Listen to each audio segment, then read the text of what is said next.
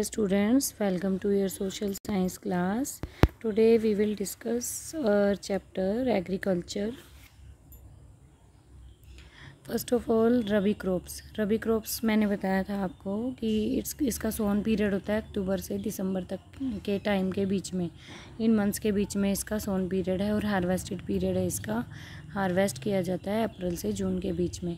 तो ये क्रॉप्स हमारी थी वीट, बार्ले, पीस, ग्राम और मस्टर्ड। और पंजाब, हरियाणा, हिमाचल प्रदेश, जम्मू कश्मीर, उत्तराखंड, पंजाब और उत्तर प्रदेश, इन एरियाज़ के अंदर यहाँ मतलब कि रबी क्रॉप्स उगाई जाती है।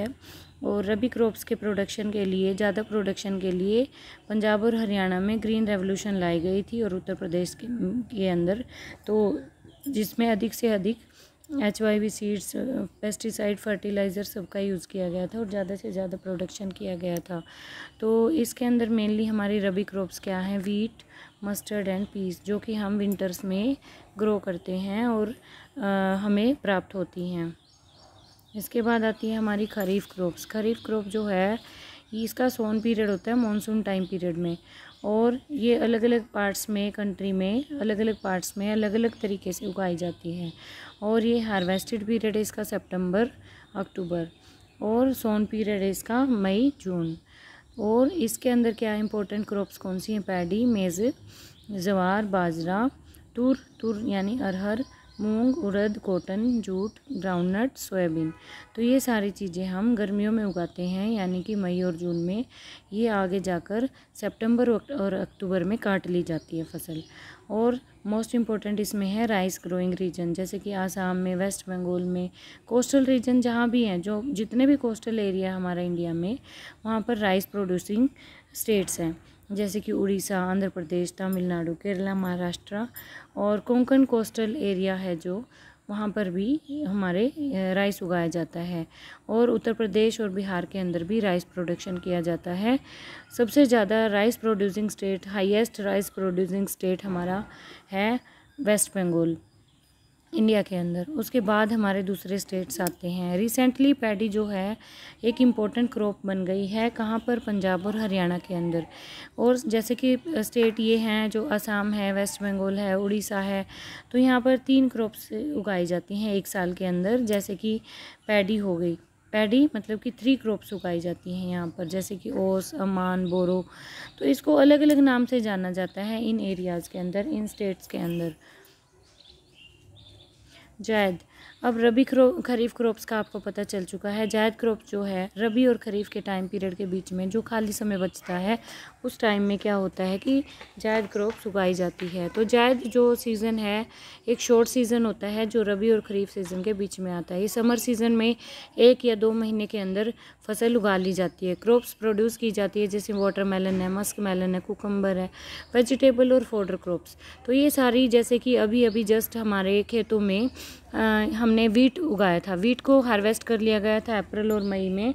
तो उसके बावजूद अप्रैल और मई में काटने के बावजूद, फसल काटने के बाद हमारे खेत खाली पड़े थे। तो 2-3 महीने के लिए, 2 मंथ्स के लिए, जब तक हमारी धान की फसल के लिए सैपलिंग तैयार नहीं होती, तब तक क्या करते हैं किसान, कुछ समय के लिए इन फसलों को अपने खेतों में उगाते हैं, जैसे मस्क मेलन है, खरबूजा, तरबूज, खीरा, सब्जियां, और भी बहुत सारी फॉडर क्रॉप्स जो कि हमारे पशु खाते हैं, जैसे कि हमारे जौ है, जई है, ये सारी चीज़ें उगाई जाती हैं। इसके बाद हमारी मेजर क्रॉप्स हैं, जैसे कि इंडिया के अंदर ग्रोन की जाती हैं अलग अलग पार्ट्स में इंडिया में। सोयल, क्लाइमेटिक कंडीशन और कल्टीवेशन के अलग अलग मेथड हैं। तो ये सब यूज़ करने के बाद हमारे देश में बहुत सारे ग्रेन्स, फूड ग्रेन्स उगाए जाते हैं, जैसे rice, wheat, millets, maize, pulses. इसके बाद है फूड क्रॉप्स, जैसे कि हैं फूड ग्रेन्स हैं, sugar cane, oil seeds, tea, coffee, horticulture crops. और नॉन फूड क्रॉप्स जैसे कि रबड़, फाइबर क्रॉप्स, कॉटन, जूट, ये सारी हमारी कमर्शियल क्रॉप्स हैं। तो इस प्रकार से इंडिया में मेजर क्रॉप्स ये हैं, और इनको इंडिया में अलग अलग एरिया में अलग अलग क्लाइमेटिक कंडीशन और सोयल और कल्टीवेशन मेथड से इनको उगाया जाता है। और इंडिया प्रोड्यूसेस 51 मेजर क्रॉप्स। अब हम राइस की बात करेंगे।